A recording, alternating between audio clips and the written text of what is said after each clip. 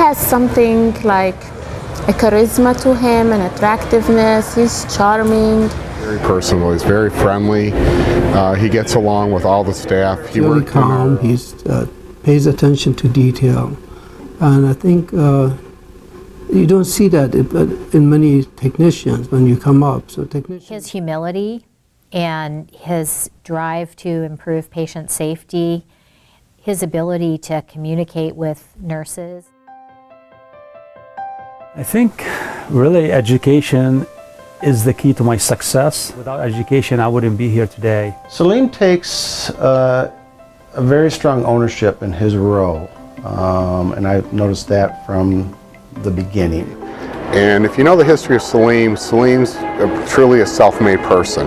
He left Lebanon as a very young teenager, basically coming over to America, knowing next to nothing English. But I think it's intriguing where he's come from and the way he grew up and experienced life. I was 15 or 16 years old. I was drafted in the Christian militia, and we basically spent many days in the shelter because of the bombs. So I didn't have the opportunity to get proper education, and I never finished high school. So when I arrived here, I was removed from all those distractions, from the war, from the bombs, from the threats that the war brought, and I had a chance to actually be able to learn. In Michigan, I met Salim through University of Michigan. He's been here really since 90s, early 90s. Started working at biomedical engineering in '88, and that's when Salim started in '90 at biomedical engineering. And so I had the pleasure of actually starting his training because he started being a technician on the afternoon shift. And Salim's, in anything in life, he's very dedicated. He was interested in learning everything, and very patient person. It makes it a pleasure to work with somebody when they care about what they do. I started working in clinical engineering. Part of my main function was to review patient safety report forms. That was my first introduction to patient safety relating to technology. After doing that for approximately a year, a little bit over a year, I realized that I needed to know a lot about this patient safety field. I felt this is another hill to climb. This is where I need to go next. He went to Lebanon to take care of his family, and that's part of the passion of Salim. He's very dedicated. He's very loyal. When the call came in, I had to take a leave of absence and go. I met Salim through his brother, who was dating my sister at the time, and he didn't have much friends because he lived here for a long time. So he used to go out with his brother. They used to visit us. This is how he was introduced to me. He used to come over to see my sister, and then we used to hang out together while the others were together. And we had a double wedding. Two brothers married two sisters at the same time. It was a huge wedding. We've been together for 20 years now. We have two children, Mateo and Mia. As a person, Salim is very honest and straightforward, which I appreciate. There's no guessing what's on his mind. And if I need his advice, he's right there with it every time. And he's one of those unique and wonderful people who you can just ask, Salim, we need your help. Salim, will you write this? Salim, will you show up at this meeting? And he always says yes. If you approach him with something, he will take some time, he will listen to you, understand what you are asking, and then he will find an answer for it. Salim is really accessible, and he's able to quickly understand the urgency with which we may need to investigate. One of the things about Salim is anytime he dedicates to something, he's passionate.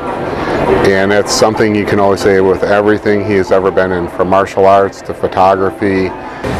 He went to Lebanon to be with his family where we met, and then he wanted to introduce Aikido to the Lebanese public. So he started with two students, and then few years later, he created the federation, the Lebanese Aikido Federation, and then it grew from 2 students to 500 students and several schools. It was a lot of work, but it was very successful. He's a legend there, to be honest with you. Like, they talk about Salim Kai equals Aikido. And years ago, one of our other technicians, there was an old show called Kung Fu.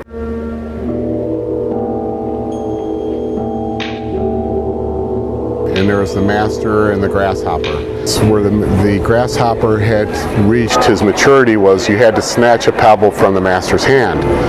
And one of our technicians challenged Salim into saying that that's not real, that doesn't happen in real life. So he put a quarter in his hand and Salim made real good eye contact with him. And Salim just reached over when they were looking at each other and snatched the quarter out of his hand as he was closing his hand, and he was smiling, laughing, and said, "See, I told you it couldn't happen." And Salim held up the quarter and said, "Is this what you were looking for?" And so that was one of the funniest, if you're old enough to remember Kung Fu, that was a real funny story. The future hold, I hope, lots of good things. I see him being a leader in patient safety.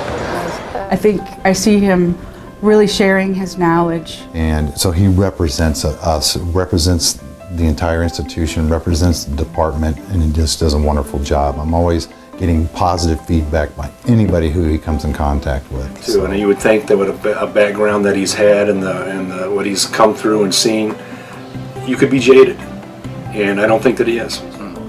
I think whatever goes that Salim holds for himself, both professionally and personally, I think he'll obtain. He's the person that has shown that he finishes what he starts. It is always necessary to leave a place better than you found it. So we came to this world, and my parents always taught me to always try to make a difference and make things better when you found them.